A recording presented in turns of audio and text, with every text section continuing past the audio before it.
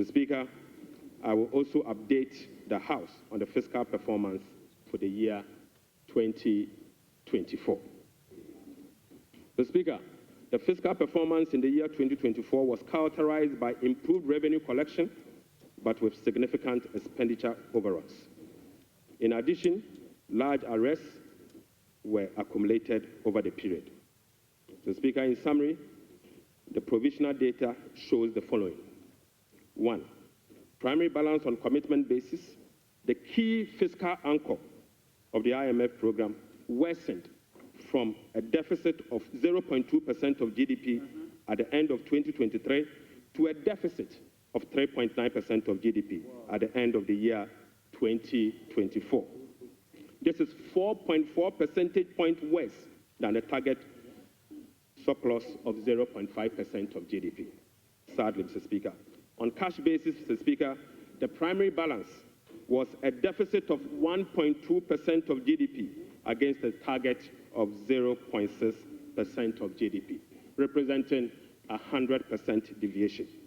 Mr. Speaker, the overall fiscal balance on commitment basis for 2024 was a deficit of 7.9% of GDP against a target of 4.2% of GDP, while the overall fiscal balance on cash basis was a deficit of 5.2% of GDP against a target of 5.3% of GDP.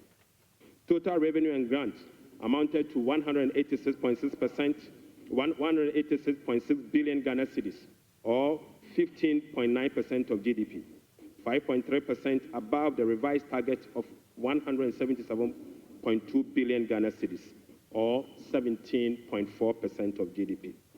The performance was mainly driven by higher than programmed oil and gas receipts and higher non-oil tax revenue collection. Total expenditure on commitment basis, including discrepancies, amounted to 279.2 billion, or 23.7% of GDP. This is 27.1% above the budget provisions of the year 2024, Mr. Speaker. The primary balance on commitment basis, including discrepancies, amounted to 232.4 billion, or 19.8% of GDP. This is 35.3% above the target of 171.7 billion, or 16.8% of GDP. Unfortunately, Mr. Speaker, all expenditure lines exceeded their respective targets for the period, except for interest payments, goods and service, and other expenditures.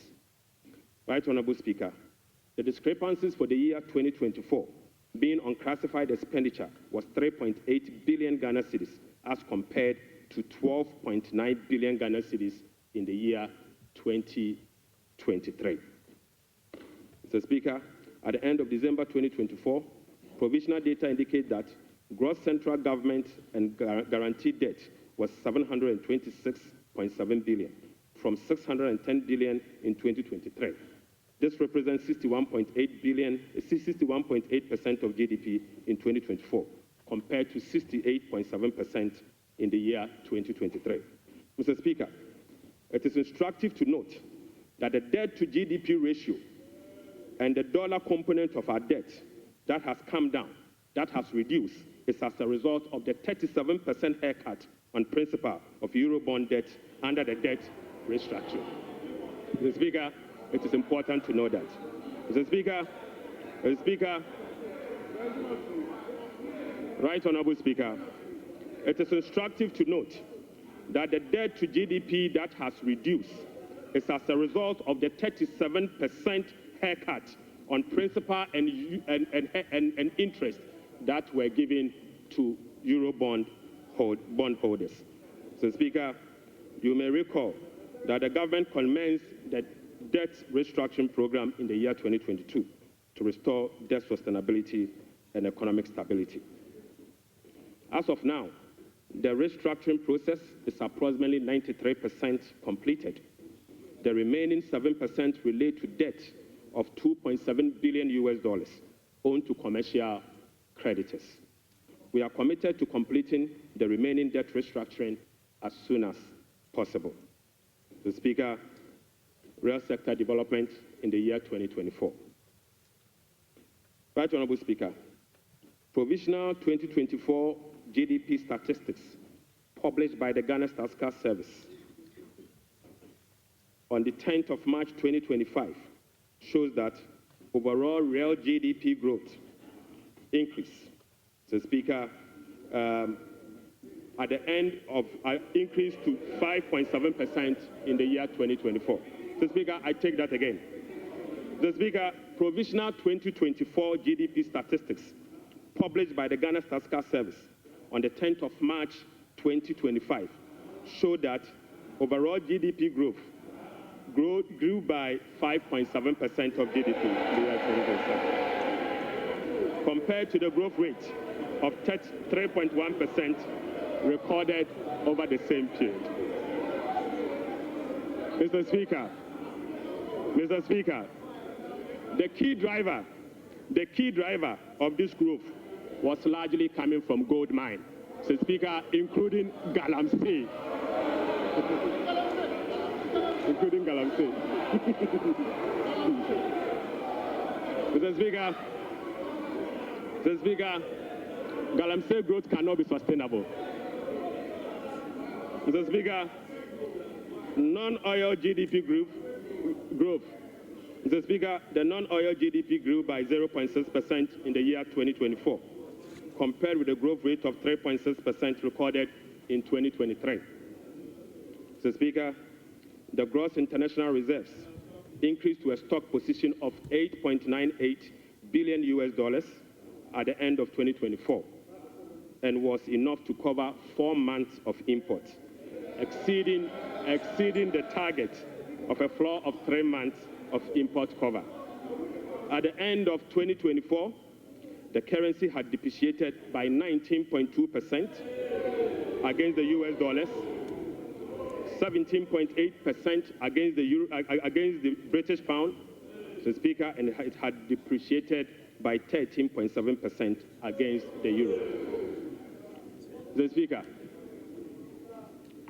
Right Honourable Speaker, it is what it is. The state of our economy is troubling, but we will fix it. Mr. Speaker, touch wood, we will fix it. But Mr. Speaker, it will require some sacrifices, truthfulness, transparency, and discipline. We will take strong measures to confront the situation head on. Mr. Speaker, the sacrifice must come from all stakeholders, beginning with the government.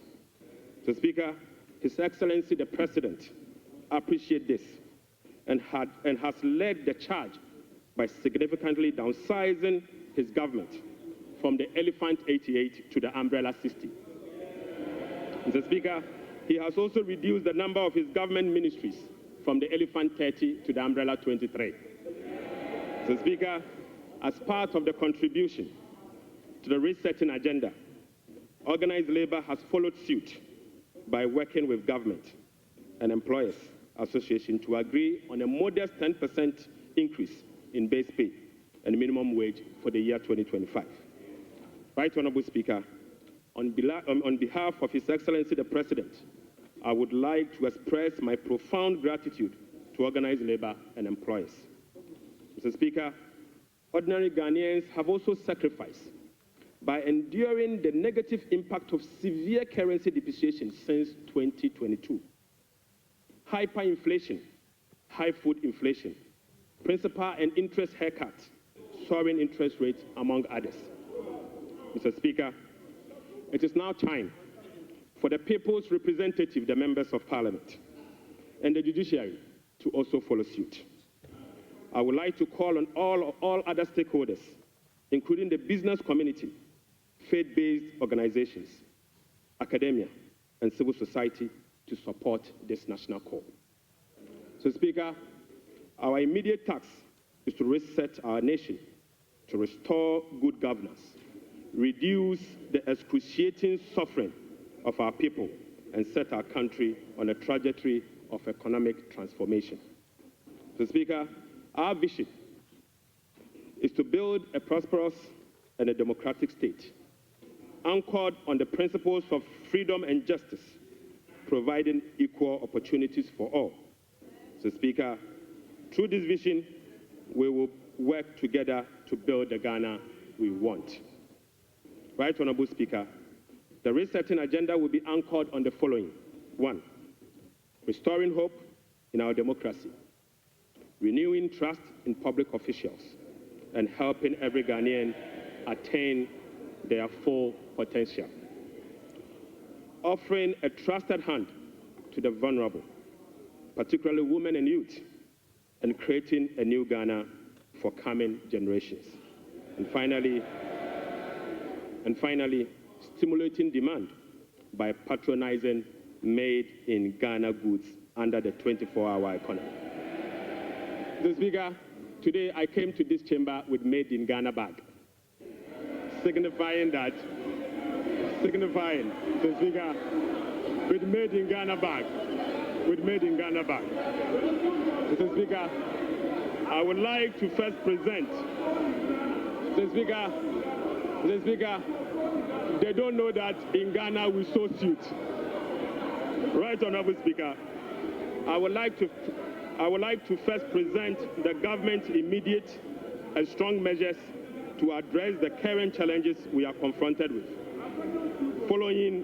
followed by the medium-term vision, policy objectives, and targets.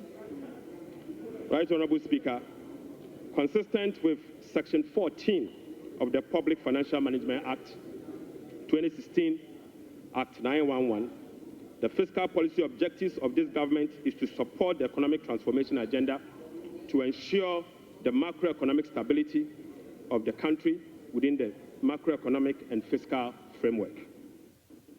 More specifically, the fiscal policy objective of the government include the following: rationalizing government expenditure and eliminating wasteful expenditures, optimizing domestic revenue mobilization through broadening of tax base, increased non-tax revenue collection, adopting enhanced tax compliance measures, and modernizing the tax administration through digital technology.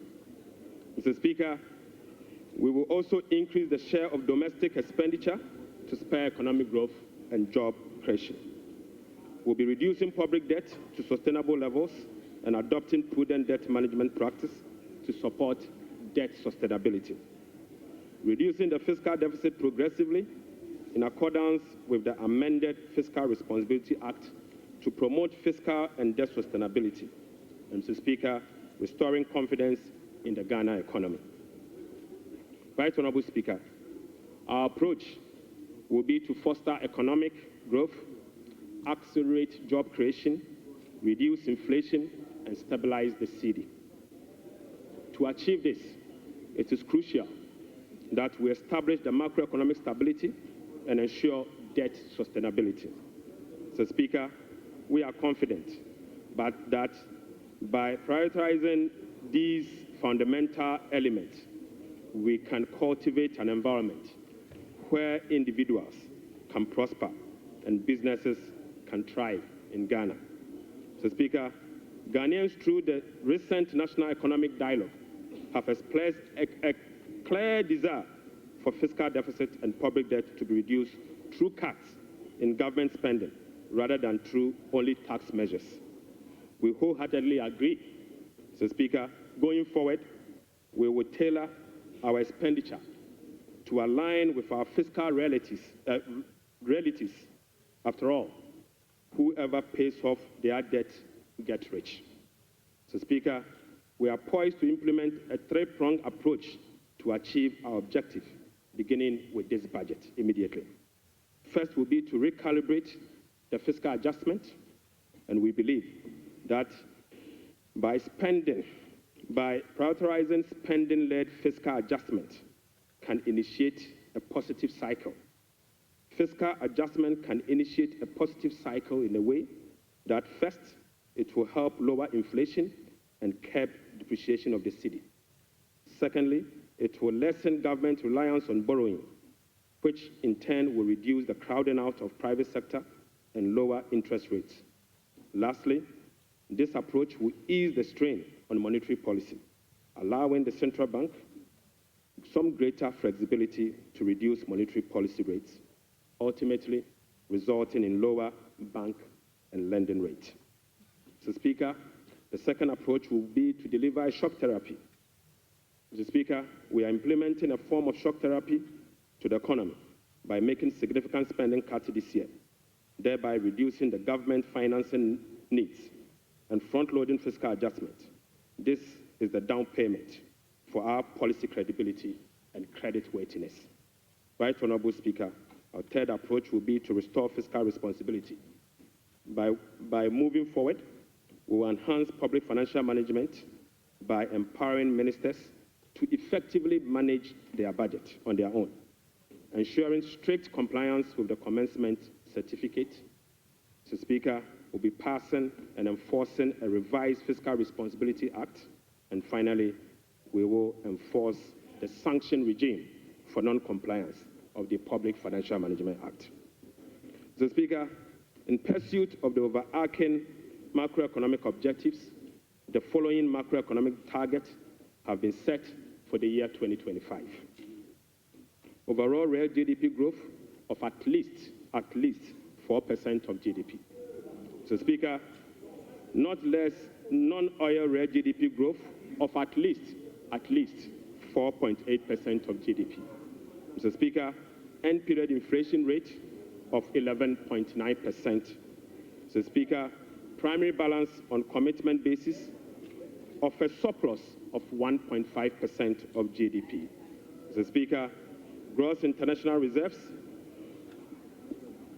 including oil funds and encumbered assets, to cover not more than a minimum of 3 months of import. Mr. Speaker, to address inflation, government will implement a number of measures to complement the Bank of Ghana and monetary authorities.